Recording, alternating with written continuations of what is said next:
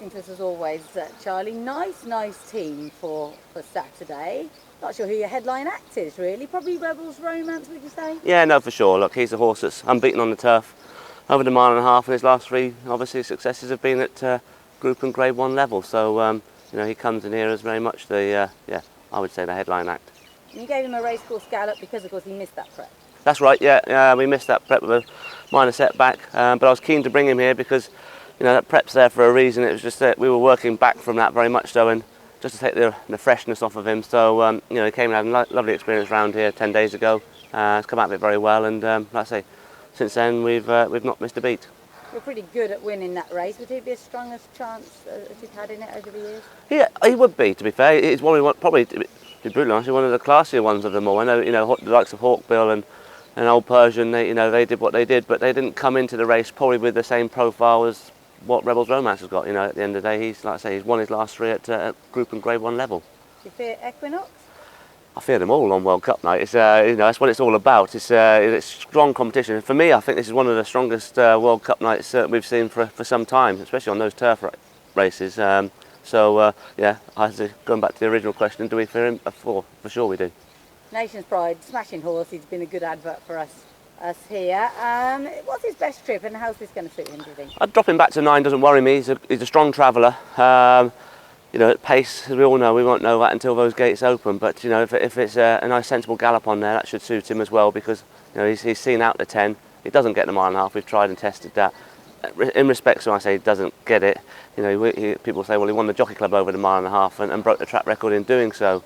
I just feel that his best trip is probably the 10, but dropping back to 9 doesn't concern me too much.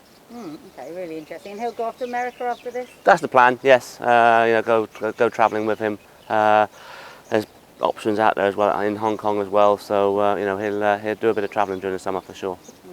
Elsa Hale, if you told me a year ago he'd have been in Alquoz, I'd have been stunned. He's a reformed character. He is. Look, he's thrived since he's been out here. He goes into the race obviously off the back of 2 wins there, over the 7 admittedly, but you know, coming into these sort of, you know, championship races, you want that confidence there, and he's got an abundance of it at the moment.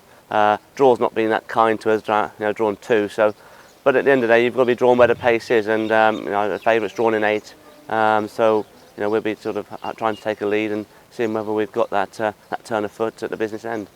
Someone suggested he's this year's Jungle Cat. Is that fair? Look, he's, as I say, he's very similar in stature, to be honest with you. You know, but he's at the Derby. He's a short coupled Derby. He's got a lot of natural pace. I mean, he works like a sprinter. I mean, we wouldn't have a horse that could lay up with him. We ran him at the back end in Europe over the 6 there, but admittedly we didn't really get a proper gauge on that. He hit the lids a bit too well and was a bit free and on rain softened ground, so we didn't really get a proper angle on that. But like I say, coming into Saturday night, off the back of the 2 wins here, he goes in there in great shape. That's really interesting. And then Iskani, I think, is favourite for the Gold Cup, and you've got Global Storm there too. It's a very, very hot Gold Cup.